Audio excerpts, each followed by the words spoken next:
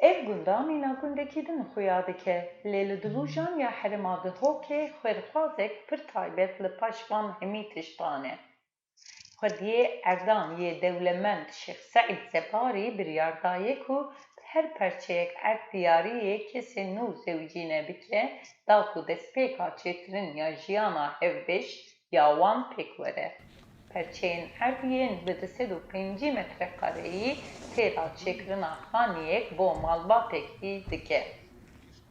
Ev karê em dikeyn bo mirovotiye, bo xizmetiye, bo dilivaniye, bo dilpêkvebîniye, bo dadweriye mabeyna me de, bo mehemiye ku jiyana me pêk xweş bibît, bo hindê ye ku gelek dilê me gelek vebît û dilê me jiyana me xweş bît, ku nebes bo kar bo me tinê bît, bo beramberê min îş bît. Bi sed hezaran donum erd ji malbata wî li gundê Dilûjan ji şêxê Dilovan re maye. Wî heya meha 32 perçe erd belav kiriye. Niha 32 ji wan xanî dibin çêkirinê de ne.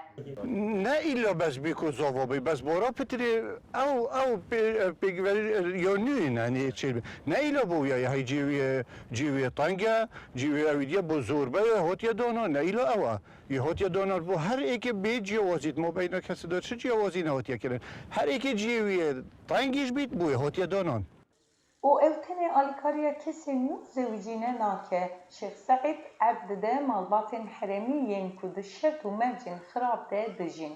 Mehmet Resûl yek ji kesên ku ji projeya Şêx Seîd feyde girtiye.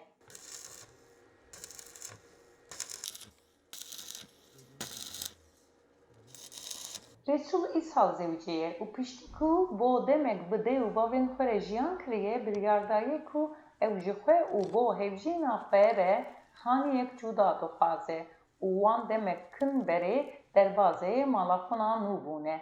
Wî perên xwe û zêrê hevjîna xwe xerç kiriye da ku heqê lêçûnên xanî bide. Min 2020 jiyan hevjîniya pêkînoyî û berî pêş şeş heyveka mala bavê xwe min bez vêga vezê cida bî min xanyekê bi xwe çêkirey. Belê û erd bê beramber deteme şêx her kesî jiyan hevjîniya pêk bînît şêx qedehekê bê beramber pêşkêşî wê diket.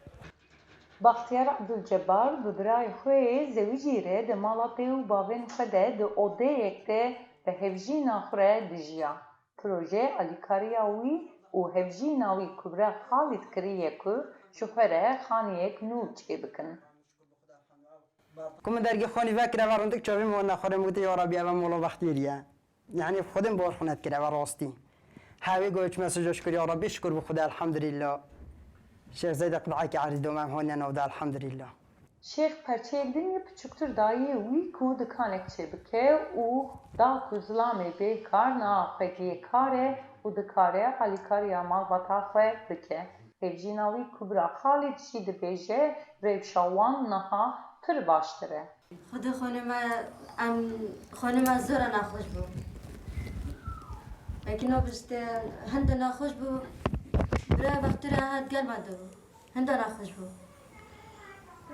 خدا ما تو تینات خانه دو هند کیفه ما هاتی هند Gund ji 239 xaniyan pêkte û nüfusa wê 1948 ku piraniya wan Kurd e. Gundê Dilûjan li herêma Baradaş ya parêzgeha Duhokê ya li Bakurê Kurdistana Iraqê cih digire.